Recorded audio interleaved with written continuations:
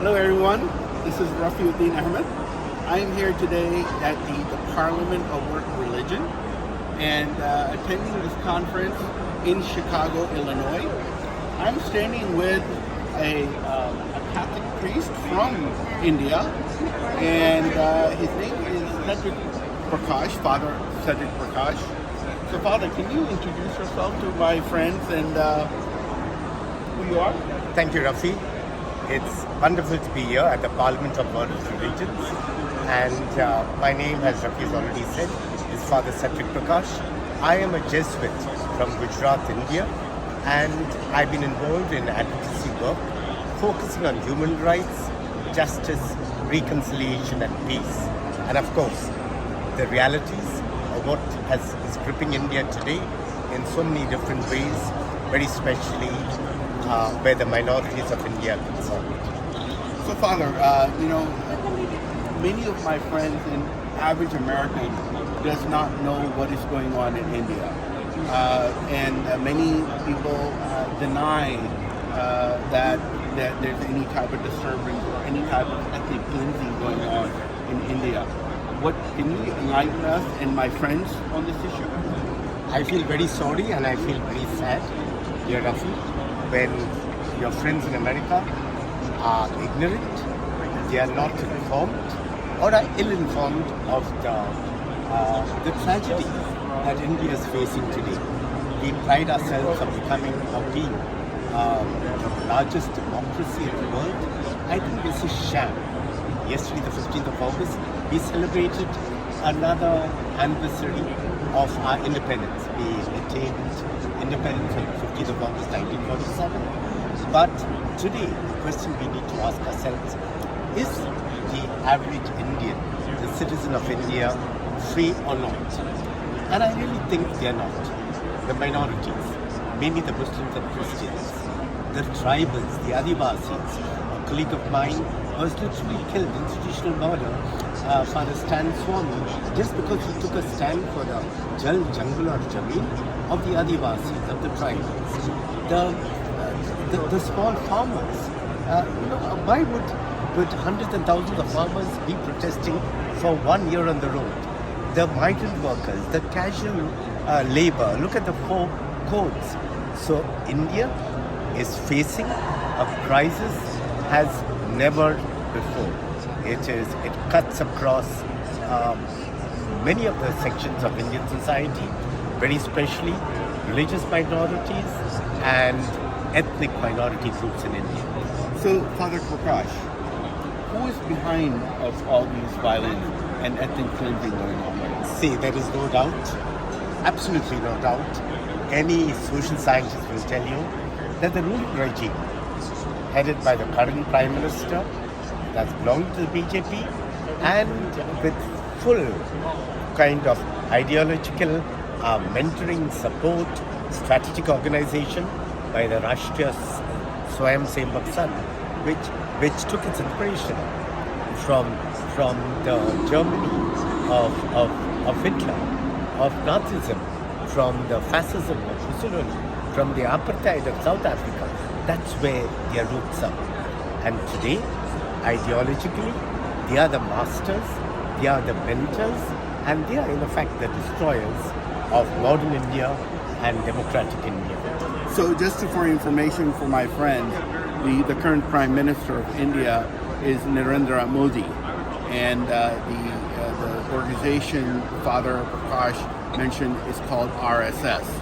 So, Father, I have a question for you. I am a Muslim, right? And I support human rights, whether if it's Christian, Hindus, Muslims. All of us have to. So we know that the Hindu religion itself is a peaceful religion, definitely, right? It is being hijacked, just like Islam was hijacked by ISIS and some of the other organizations. So, as a Muslim American, I was looked upon condemning what was all the atrocities that were being committed by the ISIS. There are many Hindu Americans living here in the United States. What should they be doing? definitely they should condemn any human rights violation that happens to anyone, anywhere in the world. You know, Black Lives Matter. A lot of Hindus in America, came out visibly and vocally and condemned what was happening to some of the Black Americans. I think it's important because the Universal Declaration of Human Rights belongs to every single citizen of the world.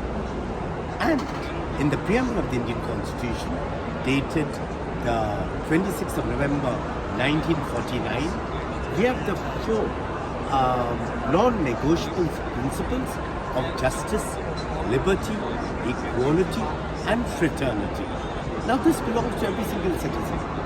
So when I'm denied my rights as a religious minority, like what is happening in Manipur, where the Kuki tribals and most of them happen to be Christians, have been butchered, they have been raped, their houses are being burnt, their establishment and so on, and yet the government has not taken a visible and local stand, to bring peace to that area with almost 4 months down the road. On the 3rd of May, it began.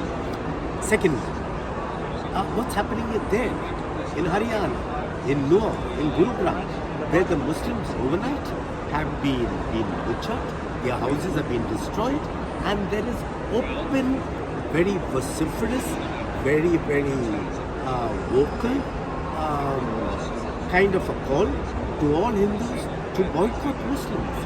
I think this is ridiculous. This is non-acceptable. This is non-negotiable in terms of the Universal Declaration of Human Rights and in terms of the preamble of the Indian Constitution.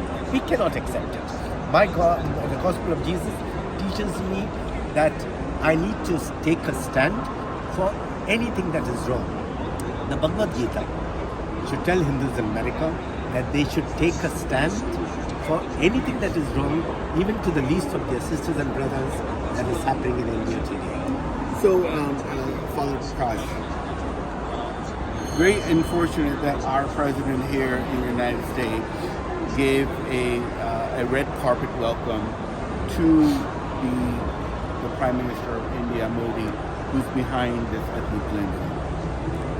And our Congress, both Democrats and Republicans, allowed him to address our Congress. There are many Hindu Americans who are running for election nowadays. There are many Hindu Americans who are part of organizations, Hindu organizations.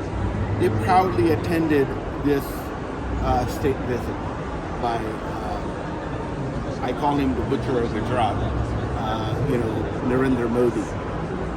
So what is all of those Hindu leaders who are proudly posting their picture with the Prime Minister of India, who's behind all these atrocities, what is your message to them? It is pathetic. It is pathetic. It is sad. It is non-acceptable where I am concerned. Let's say, I understand profits, I understand trades, I understand how economies are market-driven. And India today is a growing market, even for the United States corporate sector, and very especially for the arms and ammunition industry. The red carpet was nothing about Modi. I mean, any night person will tell you, it's not about welcoming Modi, it's about selling arms and ammunition. The American economy needs today the Indian money. You may think it very weird, but that's a fact. They need India to do trade, they need business to flourish, and that is what is happening. So I think it is, I would have expected more from the current United States President, because he is a practicing Catholic, to have taken a stand, and forget, it's not easy for any head of government, head of state to take a stand against the human rights violations. But if there is a human rights bureau in the United States, if they are so well informed and so on, I've been speaking to a lot of diplomats in India and they understand the situation. But finally they say, what matters most is trade and so on, but not the lives of the poor, the marginalized, the minorities, those who live on the fringes of society. So, Father, we will conclude with this. What is your message to my fellow Americans and my friends? How can they assist in bringing a conclusion to these atrocities that are taking place all over India with all the minorities there? Yeah, thank you. My final message is from the slogan of India. We have Satyameva Jayati. Truth triumphs. And I'm very clear, truth will triumph. We will have to go. Where Hitler was concerned, where Germany was concerned, truth triumphed. Okay, at the cost of many lives. In Hiroshima and Nagasaki, I don't agree with that. But also I would like to say, in the words of our Nobel laureate, Rabindranath Tagore, where the mind is without fear and the head is held high, where knowledge is free, where the world has not been broken up into narrow domestic molds, into that heaven of freedom, my Father. Let my country awake. Let the Hindu American or American Hindus awake now before it's too late. If you don't stand up for your sisters and brothers who are being persecuted in India, there will be a time when no one will stand up for you, even in America. Thank you, Father Perkash. I wish you a safe travel back to your country, and we will pray for your people. And I myself will fight for the rights of Christians and Muslims as a Muslim American living here in the United States. Thank you. Thank you very much, everybody. God bless you.